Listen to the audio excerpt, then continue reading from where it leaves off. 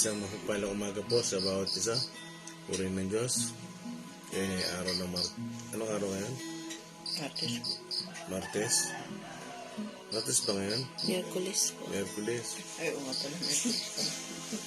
Sorry. Salamat sa Panginoon.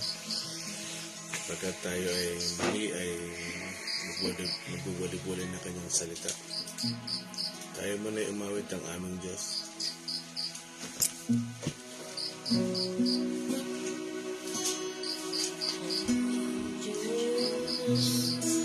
Dakila, walang kapulang, Diyos na walang hanggan. Sa mga panghihina, kapit at tiyak, Diyos na kaaliwan, hindi nagkukulang, di bumibigo, Diyos na di nagbabago.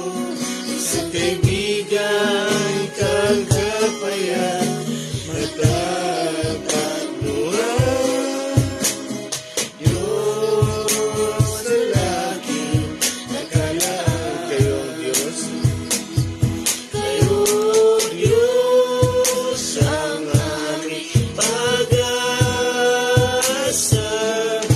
Sa bawat araw ang aming inanasa. Sa aming buhay binigyang kaluguran, pararangalan ang iyong dakilang pangalan. Kayong Diyos, hallelujah. Kayong Diyos ang aming pag-asa. Sa bawat araw ang aming inanasa. Sa aming buhay binigyang kaluguran, pararangalan ang iyong dakilang. Minsan pa kayong Diyos, hallelujah. Kayong Diyos ang aming pag-asa. Sa bawat araw ang aming inanasa. Sa aming buhay binigyang kaluguran, pararangalan ang iyong dakilang. Minsan pa kayong Diyos, hallelujah. Kayong Diyos ang aming pag-asa. Sa bawat araw ang aming minanasa. Sa aming buhay binigyang kaluguran, pararangalan ang iyong dakilang pangalan. Pararangalan, pararangalan ang iyong dakilang pangalan. Pararangalan, hallelujah. Pararangalan ang iyong dakilang pangalan. Hallelujah. Pararangalan natin ang Panginoon. Glory, hallelujah. We praise your name, Jesus. Oh, Abba Father. Abba Father. Salamat sa inyo. Holy Spirit, salamat po. Magandang umaga po sa inyo, aming Ama. Salamat po sa umagang ito na kami ay ibinangon nyo. Salamat po sa inyo sa pagsama nyo sa amin. Na patuloy kayong nandyan, hindi nyo kami iniiwan, Panginoon. Ama, sa umagang ito, dalahin ko po na patuloy po kayong sumama, mangusap sa amin, magpahayag sa amin, at itanim po ito sa aming isipan, yung aming mga pag-uusapan, Panginoon. Pagpalayan mong umagang ito, Panginoon, patuloy po kayong Holy Spirit na kinikilala po namin, at umaasa kami sa inyong pagkilos at paggawa, Panginoon. Kayo lamang po ang aming pag-asa, Panginoon. Wala na pong iba. Patuloy po kaming turuan. O Diyos, patuloy po akong ibaba. Gawin niyo kong tungtungan ng inyong mga paa, Panginoon. Lagi kaming makapagbigay lugod sa inyo. Lagi po kayo mapaluguran, Panginoon. Salamat po sa umagang ito. Pinagpapala po namin ang oras na ito sa pangalan ni Jesus. Amen. Salamat sa Panginoon. Purihin po ang dakilang Diyos sa umagang ito. Good morning po sa bawat kapatid na kasama po namin sa pag-aaral ng salita ng Diyos. Good morning po Brother Alan Rocreo, Sister Anita Katembong, Sister Josefina Lumapad, Sister Elenita Arandugue, Sister Morena Mateo, Brother UGG Velasco, Brother Ivan Kier Tataro, Sister Gina Yen at Sister Raquel Narboneta at Brother Fernan Rayo. Good morning po sa bawat isa. Amen. Salamat sa Panginoon. Sa umagang ito, uusog na tayo. At ang pag-uusapan natin ngayon ay medyo may pagka-doctrinal. Pag sinabing doctrinal, ito po yung isa sa mga pinaniniwalaan natin at tinatayuan natin. Kaya, ang gagawin ko lang ngayon ay siguro magko-comment lang ako ng konti kasi bibigay ko na muna yung ibang verse na kailangan natin. Medyo maraming verse natin, bagamat kulang pa ito, pero gusto ko sanang ma-record na, maisulat, at ang pakiusap ko lang, balik-balikan nyo kung hindi nyo mamatandaan. Kasi kailangan natin to. Sabi ko nga sa inyo, mayroong pagka-doctrinal ang ating pag-uusapan. Isa sa mga pinaniniwalaan natin. Amen, Sister Ami?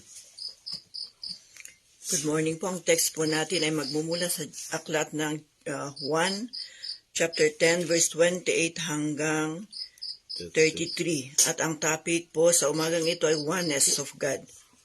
28, binibigyan ko sila ng buhay na walang hanggan. Kailanmay hindi sila mapapahamak at hindi sila maaagaw sa akin ninuman. 29, ang aking ama na siyang nagbigay sa kanila sa akin ay lalong dakila sa lahat at hindi sila maaagaw ninuman sa aking ama. 30, ako at ang ama ay iisa. 31, ang mga pinuno ng mga Hudyo ay muling dumampot ng bato upang batuhin siya. 32, kaya't sinabi sa kanila ni Jesus, marami akong mabubuting gawang ipinakita sa inyo mula sa Ama. Alin ba sa mga ito ang dahilan at ako inyong babatuhin? 33, sumagot ang mga pinuno ng mga Hudyo, hindi dahil sa mabubuting gawa kaya ka namin babatuhin, kundi dahil sa paglapastangan mo sa Diyos, sapagkat nagpapanggap kang Diyos, bagamat tao ka lamang. Amen. Salamat sa Panginoon. Nag-ready na kayo? Salamat sa Panginoon. Bago ko iwanan nyo ang topic kahapon, ano yung topic kahapon? At yung mga nakarang araw, anong topic natin? Eternal. Yes, eternal security. Bago natin iwanan yan, ay mga ilang salita na lang, usog na tayo sa 30. Okay, 28, Starami. Verse 28, binibigyan ko sila ng buhay na walang hanggan, kailanmay hindi sila mapapahamak at hindi sila maaagaw sa akin ninuman. Amen. Salamat sa akin. Verse 28, huling salita, gaya ng sinabi ng Panginoon, sa King James Version, hindi sila maaagaw sa kamay ni Jesus, ng Panginoon. Binibigyan daw niya ng buhay at kailanman hindi sila maaagaw sa kamay ni Jesus. 29, Sarami. Ang aking ama na siyang nagbigay sa kanila, sa akin ay lalong dakila sa lahat at hindi sila maaagaw ninuman sa aking ama. Amen. Pangalawang salita, at muli sinabi ng Panginoon, ang ama na nagbigay sa kanila, sa Panginoong Jesus, ay hindi raw tayo maaagaw sa kamay, ng Ama. So, dalawang kamay. Kamay ni Jesus at kamay ng Ama. kamay ng anak, at kamay ng ama. So pagdating sa 30, anong sabi niya? Ako at ang Ama ay iisa. Ako at ang Ama ay iisa. So sa madaling salita, may iisang Diyos. Iisa. May iisang Diyos na nag-iingat sa atin. Naunawaan. So kamay ng Diyos Anak, ng Panginoong Yesus, at kamay ng Ama. So merong iisang buhay na Diyos na nag-iingat sa atin. Amen? So balik sa 29. Ang aking Ama na siyang nagbigay sa kanila sa akin ay lalong dakila sa lahat at hindi sila maagaw ni numan sa aking Ama. Okay, dagdag ko lang to. Hindi niyo napansin, sinabi ng Panginoon sa verse 29, pakaulit sa namin. Ang aking Ama na siyang nagbigay sa kanila sa akin ay lalong dakila sa lahat at hindi sila maagaw ni numan sa aking Ama. Amen. So sinabi ng Panginoong Yesus sa verse 29 ulit, ang aking Ama ay lalong dakila. Mga kapatid, gusto kong sabihin sa inyo, ngayon pa lang, at darating kasi ang panahon, either na hindi nyo na ako kasama, o kasama nyo ako, makaka-encounter kayo na laging iko-coach yan. Tingnan mo na, hindi sila pantay, mas mataas ang Ama, kasi mas lalong dakila eh. Ang aking Ama ay lalong dakila. So hindi sila pantay. Mga kapatid, gusto kong sabihin sa inyo, yung talatang yan, hindi nagpapahiwatig na hindi na dakila ang Panginoon. Dahil siyang sabihin ng Panginoon, siya bilang Diyos na nagkatawang tao, at nasaan yung tao, ay talagang gano'n na lang ang ginagawa niya kung paano niya binibigyan ng kaluguran ng Ama. Kung paano niya pinararangalan ng Ama. Muli, ulit ito, Master Rami. Ang aking Ama na siyang nagbigay sa kanila sa akin ay lalong dakila sa lahat at hindi sila maagaw ni numan sa aking Ama. Amen. So dito, talagang pinagtitibay ng Panginoon kung paano niya kinikilala ang Ama. Kasi tandaan niyo mga kapatid, ang dahilan, unang-unang dahilan, sa pagparito ng Panginoon, kaya siya bumaba dito dahil utos ng Ama. Lahat ng ginagawa ng Panginoong Jesus dito ay dahil sa Ama. Sabi nga sa John 5:17, dagdag lang, pakihabol din yan muna. John 5:17. Pakihan na lang. Pakinggan niyo mga kapatid, sabi niya rito. 5:17. John chapter 5 verse 17, ngunit sinabi sa kanila ni Jesus, ang aking Ama ay patuloy na gumagawa hanggang ngayon at gayon din ako. Amen. So, sabi ng Panginoong Jesus, John 5:17, lista niyo yan. Ang aking Ama ay patuloy na gumagawa. Mga kapatid, hindi humihinto. At ganoon din ako. Sabi ng Panginoong Jesus. Kaya dito, ay talagang kailangan natin maunawaan, merong iisang Diyos na patuloy na gumagawa. Now, sa verse 29, gusto kong matanim sa inyo ito at hindi rin makalimutan na hindi porket sinabi ng Panginoon na ang Ama ay mas lalong dakila o lalong dakila kaysa sa akin. Ibig sabihin, ay hindi ibig sabihin na hindi na siya dakila. Nawatan? Ha? Dakila pa rin ng Panginoon. Yung talatang verse 29 na yan ay hindi sukatan. Amen? Gusto ko sabihin sa inyo, may talata din sa Tito 2:13, din yan. Ikaw lang ang bilis eh. 2:13. Yan, tama. Indian pala. Mga kapatid, pakinggan nyo ito.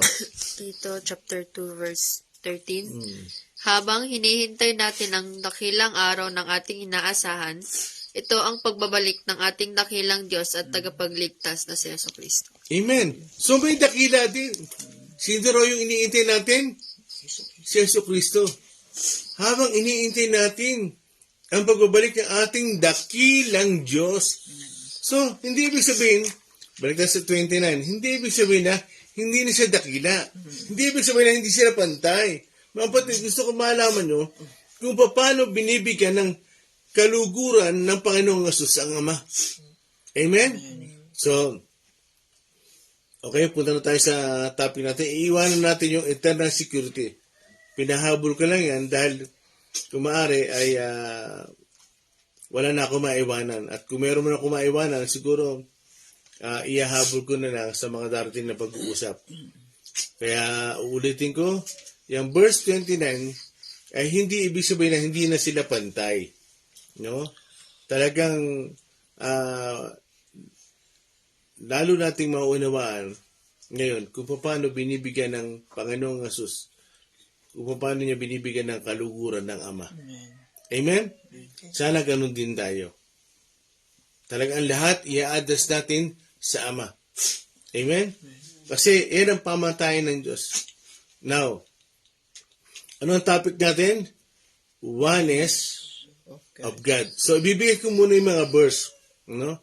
Bago ako magpapaliwanag talaga ng tuloy-tuloy hanggang bukas at sa mga darating pa, magbibigay tayo ng mga verse na medyo marami nga lang po ito, konting salita lang ako, na nagpapatunay na si Jesus ay Diyos. So, basahin mo na yung John 10:30 ulit. John 10:30. Ako at ang Ama ay iisa. Okay. Ako at ang Ama ay iisa. Kaya nga sabi ko nga sa inyo, sa 29, kung sinabi ng Panginoong Hesus na lalong dakila ang aking Ama, tingnan mo naman, pagdating sa 30, ako at ang Ama ay iisa. So, talagang may credit pa rin kasi iisa lang sila eh. Amen? Naunawaan niyo ba? Sabi ko nga sa inyo, may pagka-doctrinal to. Kasi, alam niyo mga kapatid, tatapatin ko kayo, based on my experience namin ni Sister Cathy, meron mga graduate sa Bible School. Pastor pa yun, nakatayo na ang church. Sa bandang Rasak, nakatayo na ang church. Giniba. Dahil nadala sila ng hidwang pananampalataya. Kasi nga, eto kasi yung isa sa mga pininiwalaan ng iba, itong pag sinabing oneness of God, dito kasi maraming naliligaw. Kaya, sige, Sister Ami, bagitin mo na yung mga sinulat ko. Magsisimula po tayo sa Mateo 1:23. Ito yung mga talatang nagpapatunay na si Jesus ay Diyos. Okay. Mateo chapter 1 verse 23. Tingnan ninyo, maglilihi ang isang birhen at magsisilang ng isang sanggol na lalaki at tatawagin itong Emmanuel.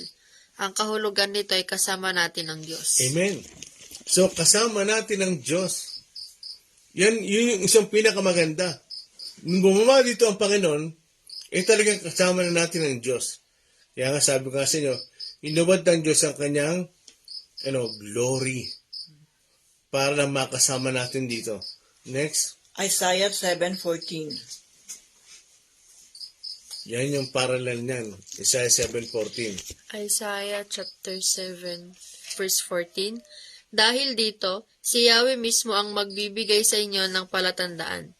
Maglilihi ang isang dalaga at magsisilang ng isang sanggol na lalaki at tatawagin sa pangalang Emmanuel. Next. Mateo 28:17. Mateo, Ito, record nyo lang to. Sunod-sunod lang to. Mateo chapter 28 verse 17. Nang makita nila si Jesus, siya'y sinamba nila, subalit may ilan sa kanilang nag-aalinlangan. Amen. May nag-aalinlangan. Natural yun. Alam nyo na kung sino yun. No? Pero yung iba, sinamba nila ang Diyos. Sinamba nila ang Panginoong Hesus. Tandaan nyo, mga kapatid, ang sinasamba lang ay Diyos. Kaya, pag hindi mo nauunawaan na si Kristo ay Diyos, hindi mo siya sasambahin. Bakit? God is a God of jealous. Amen? Kaya pag sinabing sinambahan nila ang Diyos, no, hindi nagre-react ang langit. Hindi kumukontra. Amen? Malinaw ba ako? O sige, next. 1 John 5:20. 1 John 5:20. 1 John 5:20. At nalalaman nating naparito na ang anak ng Diyos at binigyan niya tayo ng pangunawa upang makilala natin ang tunay na Diyos at tayo sa tunay na Diyos sa kanyang anak na si Jesucristo. Siya ang tunay na Diyos at buhay na walang hanggan. Malinaw.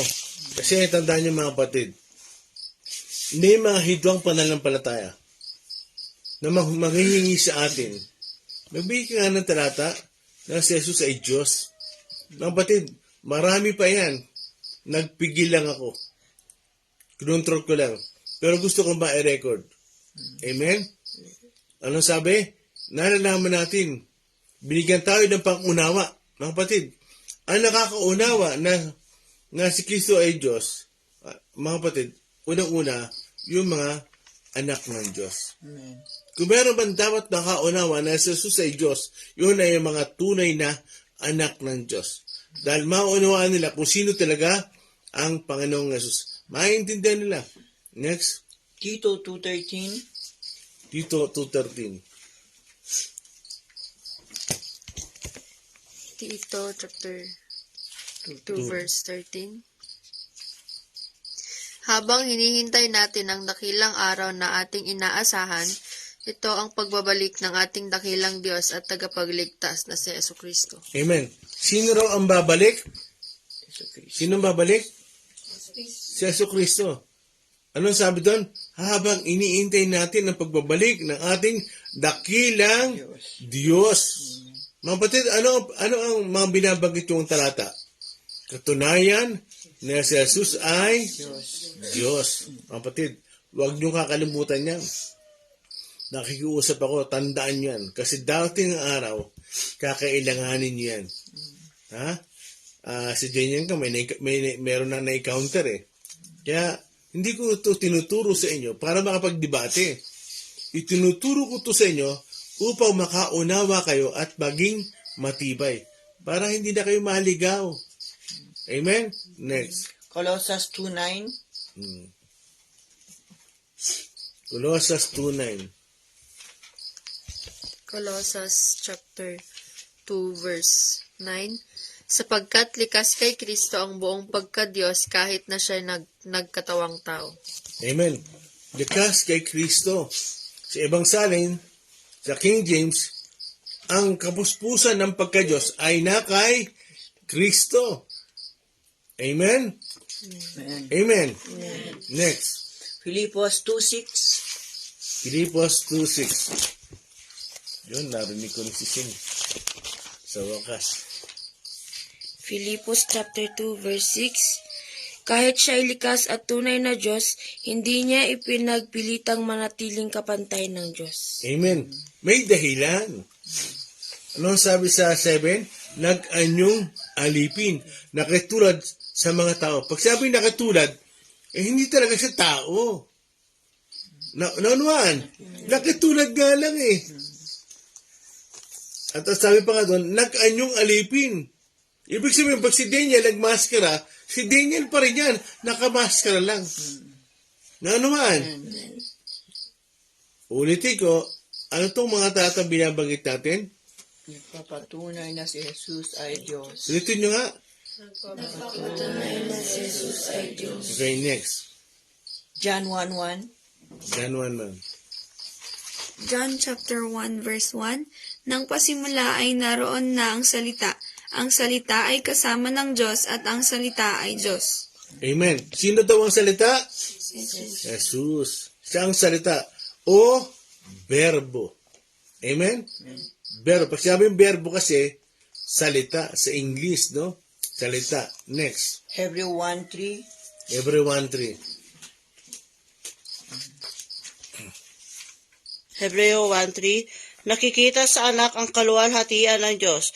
Kung ano ang Diyos ay gayon din ang anak. Siya ang nag-iingat sa sansinukob sa pamamagitan ng kanyang makapangyarihang salita pagkatapos niya linisin tayo sa ating mga kasalanan. Siya ay umupo sa kanan ng makapangyarihan doon sa langit. Amen. So, ano sabi doon? Kung ano ang Ama, ang Diyos, ganun din ang anak. Amen? Kaya, tuloy tayo sa next stand natin. Hebrew 1:8-10. Yan. Oh. verse 8 to 10. Ngunit tungkol sa anak ay sinabi niya, ang iyong trono, O Diyos, ay magpakailan paman. Ikaw ay maghaharing may katarungan. Katarungan iyong mahal sa masamay namumuhi. Kaya naman ang iyong Diyos, tanging ikaw ang pinili. Higit sa sinumang hari, kagalakang natatangi. 10. Sinabi pa rin niya, Panginoon, nang pasimulay nilikha mo ang sanlibutan, at ang mga kamay mo ang siyang gumawa ng kalangitan. Amen. So mga kapatid, tingnan natin sa Hebreo 1:8, yung binasa natin, Jess. At sa iyong trono, O Diyos ko. Sino doon nagsasalita doon? Ang Ama. Tinawag ng Diyos si Kristo. At sa iyong trono, O Diyos ko. Amen? Ano sabi sa verse 10? Verse 10. Sabi doon, siya ang gumawa ng kalangitan. So, malilikha pala si Kristo. Ulitin mo natin sa verse 10. Verse 10. Sinabi pa rin niya, Panginoon, nang pasimulay nilikha mo ang sanlibutan, at ang mga kamay mo ang siyang gumawa ng kalangitan. Amen. Nang pasimulan nilikha mo ang sanlibutan. No? At ang mga kamay mo ang lumikha ng kalangitan. Mga kapatid, manilikha pala si Jesus. Ano ang Ama? Anong tawag sa Ama? So, buksan nyo sa Santiago 1:17. Santiago 1:17. 1:17, Ang lahat ng mabuti at ganap na kaloob ay buhat sa Diyos, mula sa Ama na lumikha ng mga tanglaw sa kalangitan. Hindi siya nagbabago o nagdudulot ng bahagyamang dilim na dahil sa pagbabago. Mula sa Ama na lumikha ng tanglaw sa kalangitan. Ba, ang Ama malilikha din pala. Ang alam lang natin, ang Ama lang ang malilikha eh. Paano yun? Kala ko ba si Yahweh? Tsaka natin pag-uusapan yun. Kala ko ba si Yahweh? No? Sabi ko nga sa inyo, Yahweh, yan ang pangalan ng Diyos. Kaya susunod natin pag-uusapan yun. So dito, binanggit si Santiago 1:17, ang Ama daw ang lumikha ng tanglaw sa kalangitan at hindi siya nagbabago o bagyang pagbabago. Malilikha pala ang Ama. Bakit binanggit sa Hebreo 1:10, si Kristo malilikha? Anong tawag sa kanila? Co-creator. Sabi ko nga sa inyo, di ba, John 10:30, ako at ang Ama ay iisa. Lahat sila malilikha. Kasama ang Holy Spirit dyan. Amen?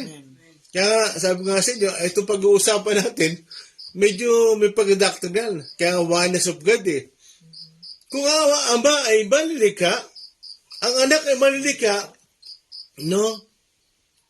Ang Holy Spirit ay malilikha, anong tawag sa kanila?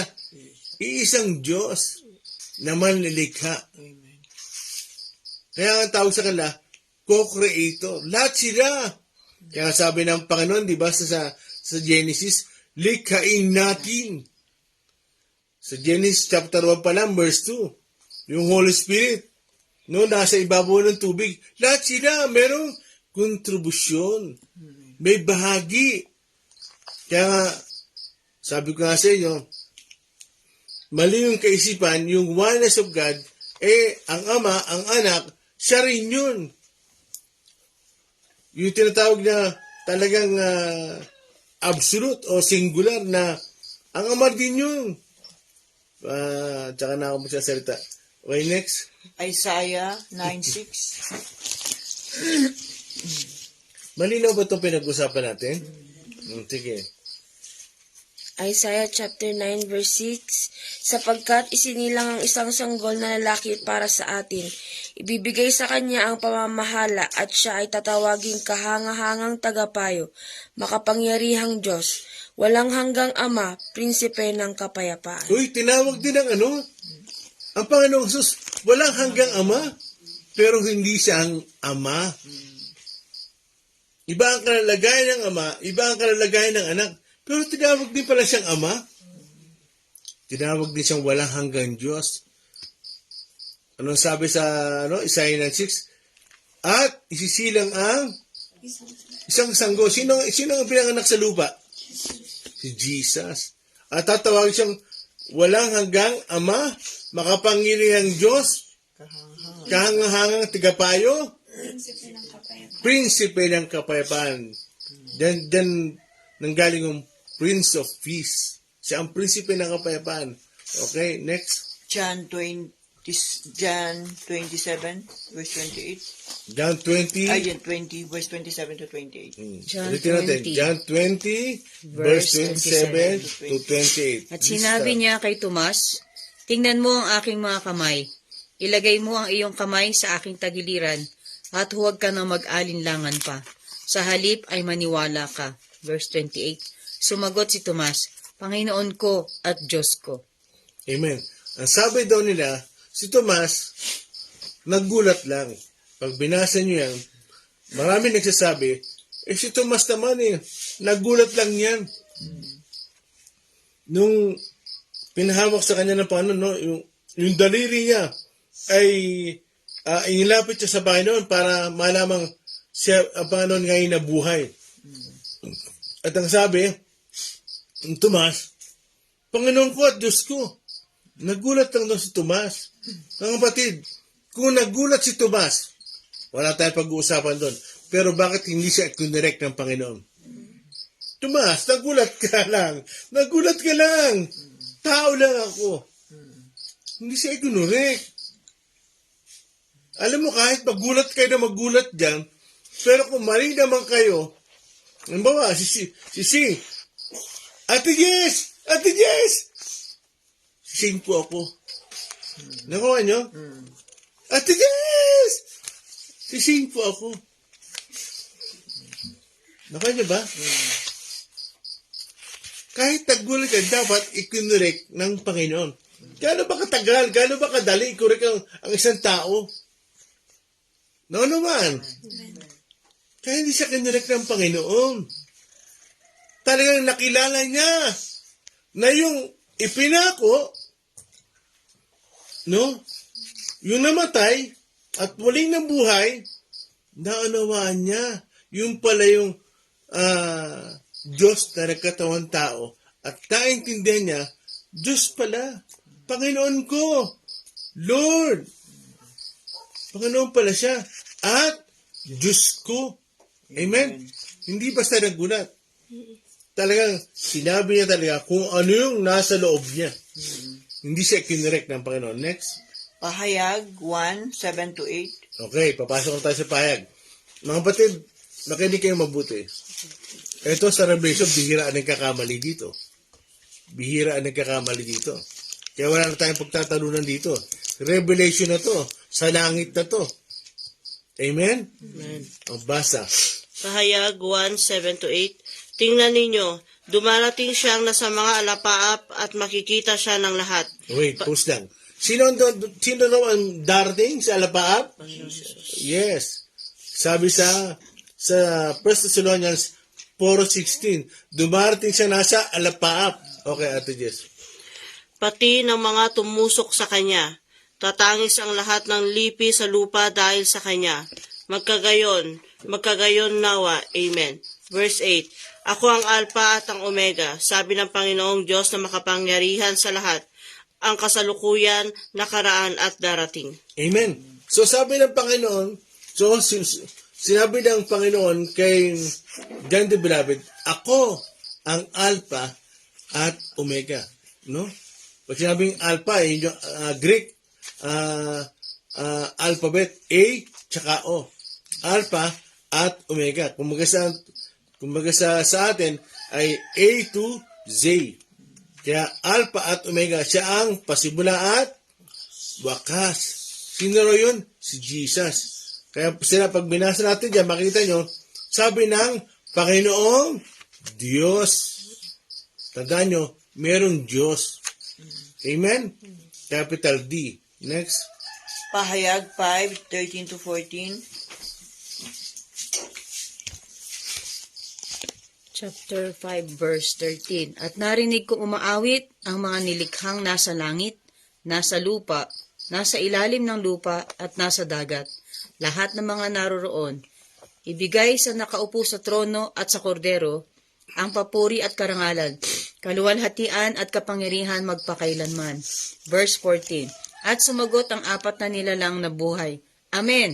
At nagpatira pa ang mga pinuno at nagsisamba. Amen. Yung mga great leaders, mga kapatid, no? Yung mga leaders nagpatira pa sa Panginoong Yesus. So sabi dito, ibigay daw sa nakaupo sa trono. May nakaupo sa trono. Hindi yun iisa kasi may ate. Ibigay siya nakaupo sa trono at sa kordero. Talagang in-specific doon. Naka-specify doon. Nakaupo sa trono at sa kordero. Sino ba ang kordero? Di ba sa John 1:29? Ano sabi ni John the Baptist? Ito ang kordero ng Diyos na nag-aalis ng kasalanan ng sanlibutan. Amen. Siya ang kordero. Pag sinabi kordero, handog ng Diyos. Ang Diyos na naghandog para sa sarili niya. Amen. Talagang para sila ay makasunod. Kaya sinabi doon, sa binasa ng Starkati, ibigay siya nakaupo sa trono at sa kordero. Ano ang sumunod doon? Ang papuri at karangalan, kaluwalhatian at kapangyarihan magpakailanman. Amen. So yung pagkakapantay, mga kapatid, sa pagdating sa langit, hindi itinataw ng Panginoon. Dito binabato siya eh.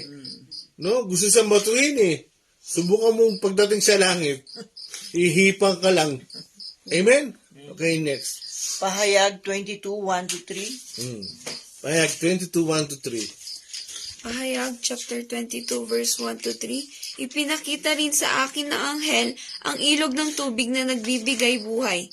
Ang tubig nito na sinlinaw ng kristal ay bumubukal mula sa trono ng Diyos at ng Kordero. 2. At umaagos sa gitna ng lansangan ng lungsod. Sa magkabilang panig ng ilog ay may punong kahoy na nagbibigay buhay. Ang bunga nito'y iba-iba bawat buwan. At nakapagpapagaling naman sa sakit ng mga tao, ang mga dahon nito. 3. Wala roong makikitang anumang isinumpa ng Diyos. Amen. So dito makita niyo mga kapatid, yung tubig daw na nagbibigay buhay. Literal yun. Literal na tubig yun. Na nagbibigay buhay parang kristal. Mga kapatid, saan daw nanggagaling? Sa nakaupo sa trono at sa kordero, mga kapatid. May katuloy po siya. Makikita sa lungsod ang trono ng Diyos at ng Kordero at sasambahin siya ng kanyang mga lingkod. Amen. At yan, pakiulit mo nga, isang diretso. May oras ba ako? 1-3 po. 99 pa. 1-3 po. Yung binasa, dire-diretso. Pahayag chapter 22 verse 1-3. Ipinakita rin sa akin ng anghel ang ilog ng tubig na nagbibigay buhay. Ang tubig nito na sinlinaw ng kristal ay bumubukal mula sa trono ng Diyos at ng Kordero. 2. At umaagos sa gitna ng lansangan ng lungsod, sa magkabilang panig ng ilog ay may punong kahoy na nagbibigay buhay.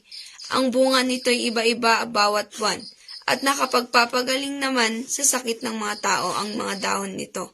3. Wala roong makikitang anumang isinumpa ng Diyos, makikita sa lungsod ang trono ng Diyos at ng Kordero, at sasambahin siya ng kanyang mga lingkod. Amen. No? Pagdating natin sa langit, talagang sasamba tayo. Hindi ko alam kung ano talaga yung talagang gagawin natin dire-diretso, pero number 1 na gagawin natin, aawi tayo at magbibigay parangal tayo sa ating Diyos. Amen, mga kapatid? Amen. So, dapat maunawaan natin yan. Kaya ngayon pala, nagpa-practice tayo na umawit sa Panginoon para pagdating sa langit, marunong tayo umawit. Amen? Dahil sabi doon, sasabihin siya ng kanyang mga lingkod. Lingkod ba kayo ng Diyos? Amen. Amen. Yan ang gagawin natin pagdating sa langit. Pastor, sasamba na ba tayo? Hindi lang yun, marami pa doon. Meron, kakain din tayo sa langit. Pero hindi na tayo dudumi. Kakain na lang tayo ng kakain. Nung magugutom pala tayo, hindi tayo magugutom doon. Makain ka lang for pleasure. Lahat yan, i-absorb ng katawan mo. Wala kang itatapon. Mga batid.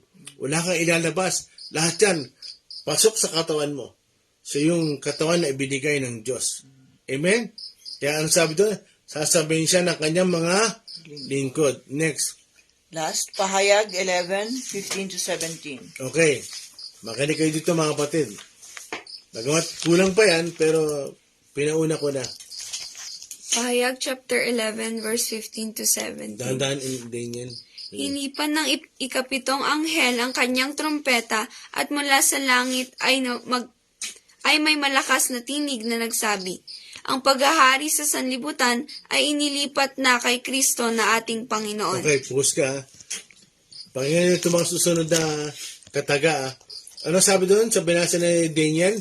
Ang paghahari sa sanlibutan ay Inilipat na kay yes, Kristo. kasi nga, sabi nga sa Matthew 28, no, sa 18, Matthew 28:18, ibinigay na sa akin ang kapangyarihan sa langit at sa lupa. Kapag dating sa Revelation, sabi doon, indilipat na. Pakiulit pa nga today niyan. Hinipan ng ikapitong anghel ang kanyang trompeta at mula sa langit ay may malakas na tinig na nagsabi, ang paghahari sa sanlibutan ay inilipat na kay Kristo na ating Panginoon. Maghahari siya magpakailanman. Okay, so yung full power, full authority, kay Jesus na. Ang Ama, hindi siya makikialam. Titingin lang siya kung ano sabihin ng kanyang anak. Ang Holy Spirit, hindi siya makikialam. Nakaabang lang sila kung ano sabihin ng anak. At lahat nga ng paghatol ay nasa kamay ng Diyos. Nasa kamay ng Panginoong Hesus. Next day niya. At ang 24 na matatandang nakaupo sa kani-kanilang trono sa harapan ng Diyos ay nagpatira pa at sumamba sa Kanya. O mga kapatid, pusa, yung 24 elders, no, o leaders, elders kasi na sa ibang salin sumamba sa kanino? Sa Panginoong Hesus. Pakulit mo na din yan. 16 at ang 24 na matatandang nakaupo sa kani-kanilang trono sa harapan ng Diyos ay nagpatira pa at sumamba sa Kanya. Tuloy. 17, sinabi nila, Panginoong Diyos na makapangyarihan sa lahat, Diyos ng kasalukkuyan at ng nakaraan, nagpapasalamat kami na ginamit mo ang iyong walang hanggang kapangyarihan at nagpasimula ka ng maghari. Amen. Malinaw. Pagdating sa langit, kinikiralang Diyos si Kristo. Pagdating sa langit, dapat dito pa lang sa lupa, tanggap mo at taunawaan mo na Diyos si Kristo. Kasi pagdating sa langit, mga kapatid, hindi nagkakamali ang langit.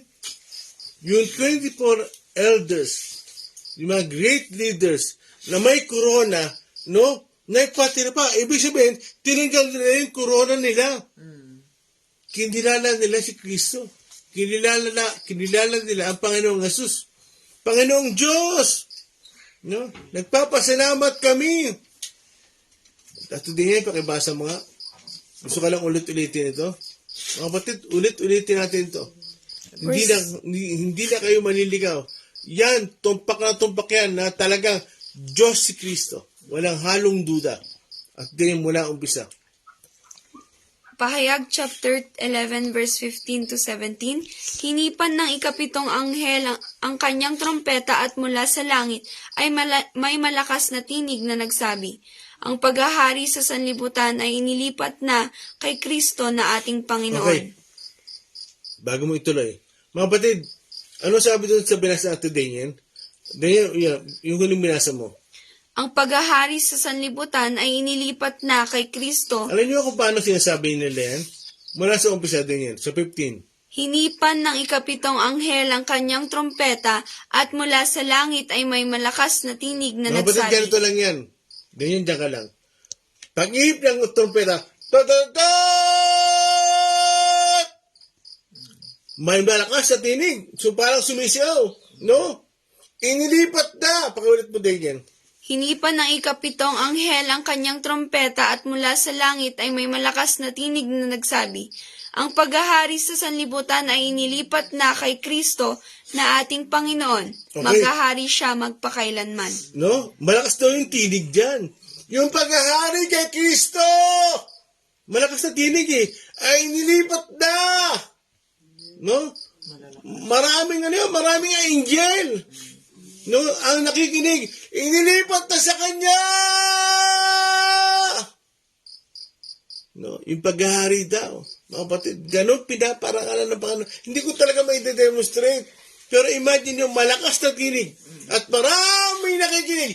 Millions of angel. Inilipat na kay Kristo ang buong kapangyarihan.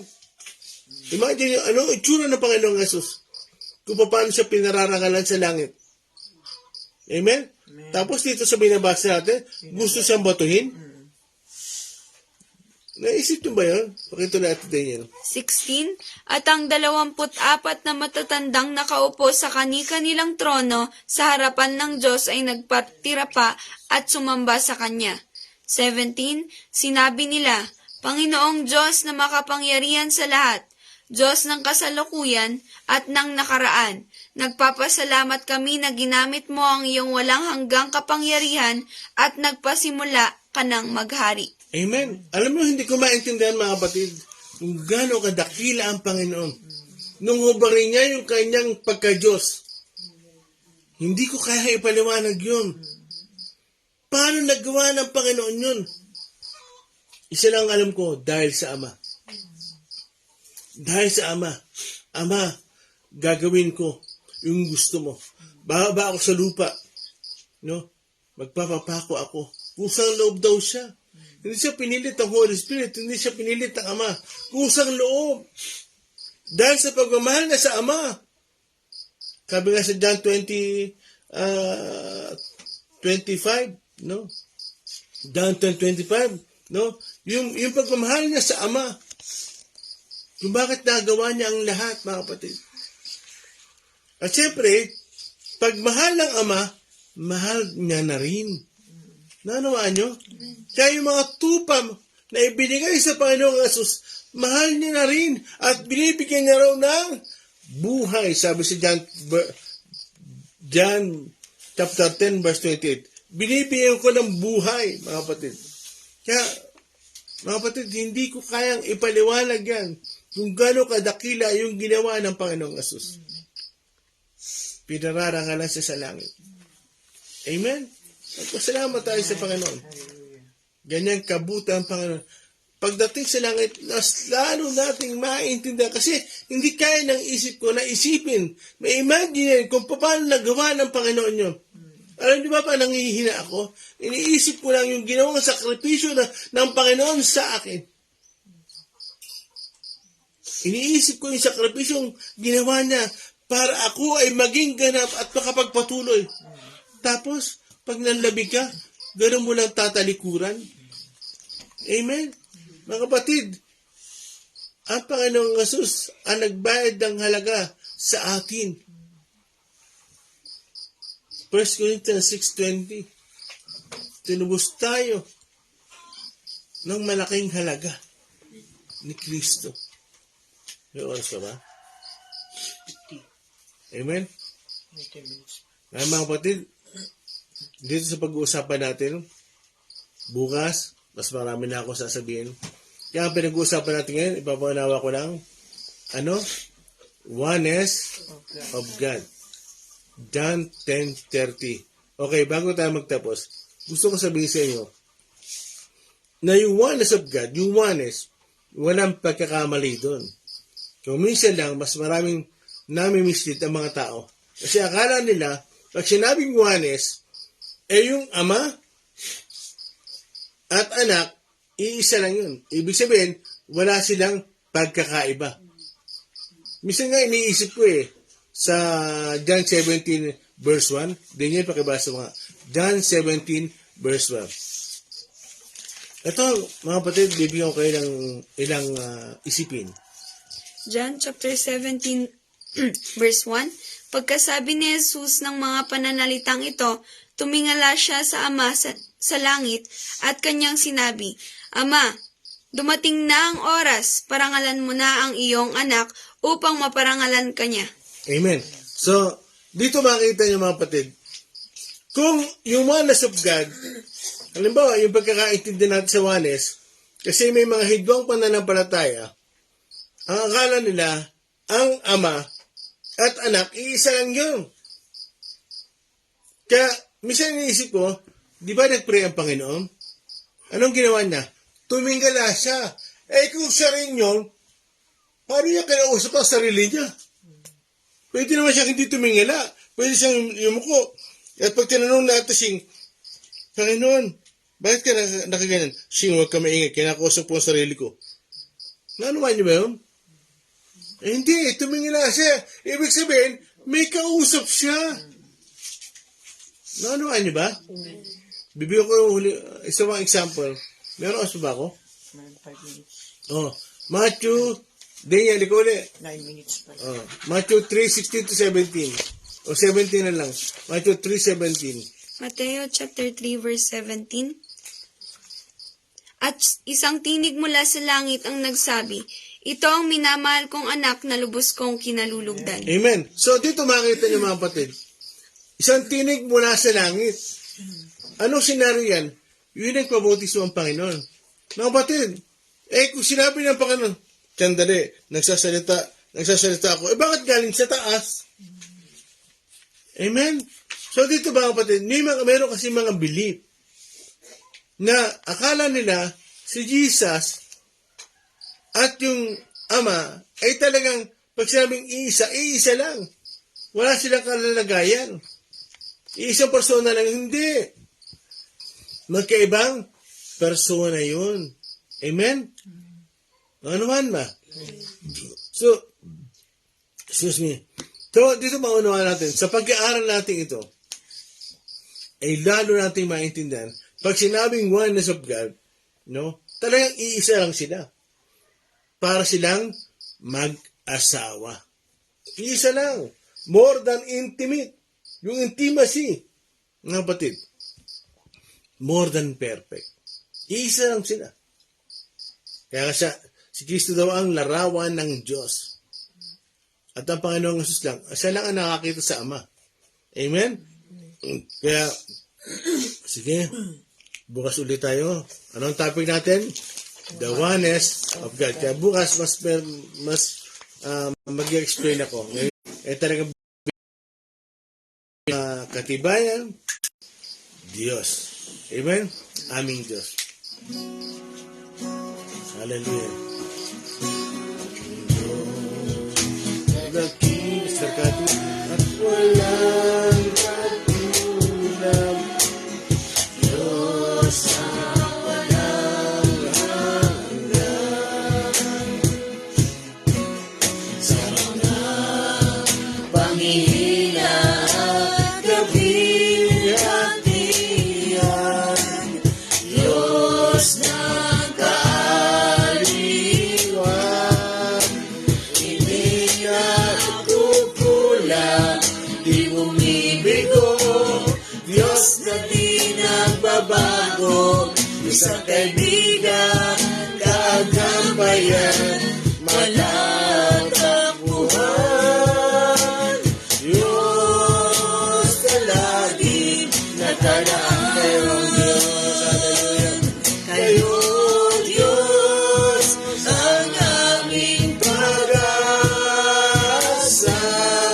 Sa bawat araw, ang aming minanasa. Sa aming buhay, bibigyan kaluguran.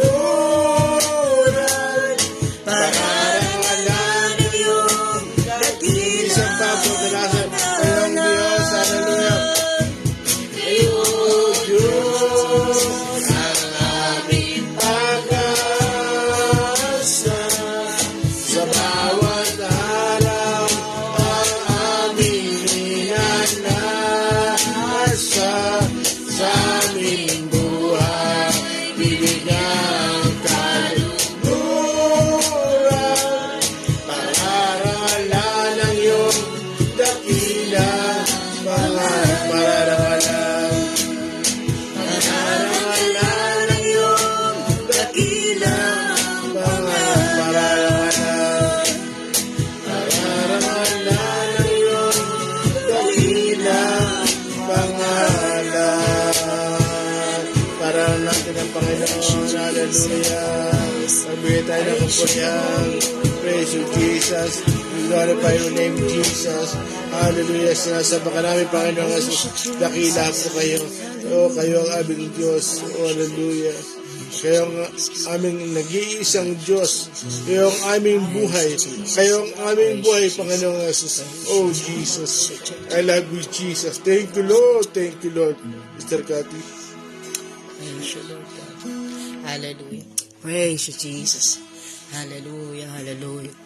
Hallelujah. Dakila kayo, Panginoon. Salamat, Panginoon, sa umagang ito. Lalo po namin kayong nakita kung ano yung kalagayan po ninyo, paano na inyong katayuan, Panginoon. Dalangin ko na higit at higit pa po namin itong makita, Panginoon, sa aming mga personal devotion, Panginoon, sa aming mga pag-aaral dito sa FB Live, Panginoon. Lord, salamat, Panginoon. Mahayag ka po, Panginoon. Madakila ka pa, Panginoon. Kayo ang dahilan nito, Panginoon. Wala kaming inaangkin sa aming sarili. Wala kaming gustong ihayag o itaas sa aming mga sarili. Ikaw, Panginoon, ang itinataas namin, O Diyos. Lord, lalo ka pa pong mataas sa mga susunod pa naming mga devotion, Panginoon. Lord God, at sa buhay namin, mataas ka, Panginoon. Lord God, sa aming mga pananalita, sa aming pamumuhay, Lord, sa aming pakikipag-usap sa mga tao, Lord, ikaw ang makita, hindi kami, Panginoon. Tulungan niyo kami, O Diyos. Tulungan niyo kami na lalo ka pong makilala pa, O Diyos. Wala pa po kami palang nararating, O God, Lord. Tulungan niyo kami. Lalo ka naming makilala, O sa araw-araw, O Diyos. Salamat sa inyo, Panginoon. Salamat sa inyo. Lord, sa iyo lahat mong meron, Panginoon, sa paligid namin, sa sanglibutan ito. Kung kami may mga pangailangan, O Diyos, napakaliit nito sapagkat sa iyo ang lahat. Sa iyo ang kapangyarihan, O Diyos. Sa iyo ang pamamahala sa lahat ng ito. Bakit kami nagdududa, Panginoon? Patawarin niyo kami, Panginoon. Hallelujah, hallelujah. Praise you, Jesus. Hallelujah. Hallelujah. Dakila ka, Panginoon. At lalo kang madakila, Panginoon, sa gawain na ito, Panginoon. Kayo lamang ang mataas, Panginoon, sa buhay ng bawat isa. Salamat sa inyo. Tulungan nyo kami na lalo ka pa pong hanapin, Panginoon, ang paglalim sa inyo, ang intimacy sa inyo, Panginoon. Salamat sa inyo, O Panginoon. Dakila ka, Panginoon. Dakila ka, O Diyos. Dakila ka, Panginoon.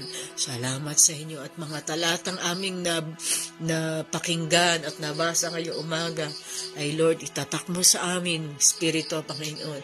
At huwag na itong aalis sa amin. Huwag itong mabura, Panginoon. Itatak mo ito sa amin, O Panginoon. At lalo kang mahalin, O God. Salamat sa inyo, sa iyong papurit pasasalamat. Hallelujah. Ang bawat isa ay magsabi ng Amen. Amen. Hallelujah. Hallelujah. Praise God. Praise you, Jesus. Amen. Opo, Sister Anita Katembong. Opo. At God bless po sa gawain na gaganapin dyan. Kasama po sina Pastor Joseph at ang mga kapastoran at Pastor Jordan at ang kanyang asawa. Opo. God bless you po. Good morning po. Salamat at sana na-bless po ang bawat isa na babanggitin namin ngayong umaga. Sister Liway Anorico, Nim Parestor, Ate Budang, Mian Santa Ana, Joseph Dorado, Lena Hera, Faustina Robero, Kuya Matt Langa, Ate Che Pimentel, Gloria Soriano, Ate Isabel Raimundo Dia, Len De Paz, Julius Regalado Sales, Ninong Jess Manansala, Mario Mongkol Jr., Len Alesna, Christine Reyes, Dina Toledo, Mary Chris Claudio, Oliver Martinez, Eden Relioso Dano, Sister Rochelle Nopre, Dindi Anain, Brother Iwag, kumusta po kayo? At si Ate Twinkle. Bukas po ulit, magsama-sama tayo. God bless you.